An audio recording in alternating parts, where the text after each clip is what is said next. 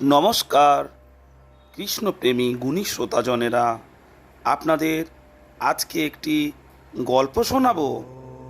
গীতার প্রভাবে কিভাবে পেত্নী পলায়ন করে সেই গল্প। গীতা পাঠ ও গীতা শ্রবণের মাহাত্ম্য সম্পর্কে কি আর বলবো। গীতা গ্রন্থ ঘরে রাখাও পুণ্যের কাজ। একজন সিপাই বাড়ি ফিরছিল। রাত্রিবেলা, জ্যোৎস্নার রাত্রি, চাঁদের আলোয় একটা গাছের তলায় সে এক সুন্দরী যুবতী মেয়েকে দেখতে পেল। মেয়েটির কাছে গিয়ে সে তার সঙ্গে কথাবার্তা বলল। মেয়েটি জিজ্ঞাসা করলো, আমি কি যাব? সিপাই বলল, হ্যাঁ এসো। এ কথা শুনে মেয়েটি তার পিছু পিছু তার ঘর পর্যন্ত এলো। আসলে মেয়েটি ছিল একটি পেত্নী। এরপর থেকে সে রোজ রাত্রে সিপাইয়ের ঘরে আসতে লাগলো। সে সিপাইয়ের সঙ্গে মেলামেশা করতে লাগলো, আবার সকাল হলে চলে যেত। এইভাবে ওই পেত্নী সিপাইয়ের রক্ত চুষে খেতে লাগলো। দিনের পর দিন এভাবে চলতে লাগলো, আর সিপাইও দিন দিন রক্তশূন্য, দুর্বল হয়ে যেতে লাগলো। একদিন রাত্রে ওরা দুজনে শুয়ে আছে, কিন্তু আলোটা নেভাতে ভুলে গেছে। সিপাই বলল, বাতিটা নিভিয়ে দাও।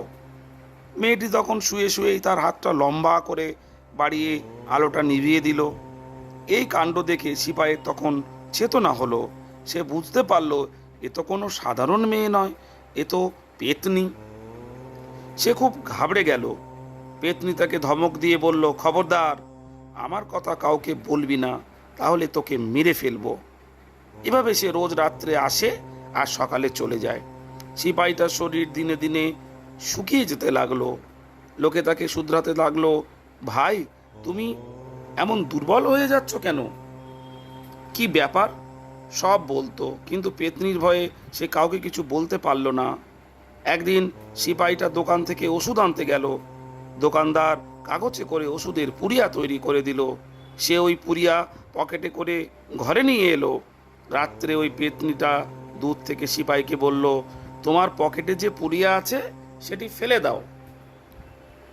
সিপাহীর দৃঢ় বিশ্বাস জন্মালো যে এই পুড়িয়াতে এমন কিছু আছে যার জন্য পেত্নীটি ঘরে আসতে পারছে না। সিপাহী বলল, পুড়িয়া আমি ফেলবো না। পেত্নীটি অনেক করে বলার পরও যখন সিপাহী তার কথা শুনল না, তখন সে সেখান থেকে চলে গেল। সিপাহীটা তখন পকেট থেকে পুড়িয়া বার করে দেখল যে যে কাগজে পুড়িয়া মোড়া ছিল ওই কাগজটি একটি গীতার ছেঁড়া পাতা।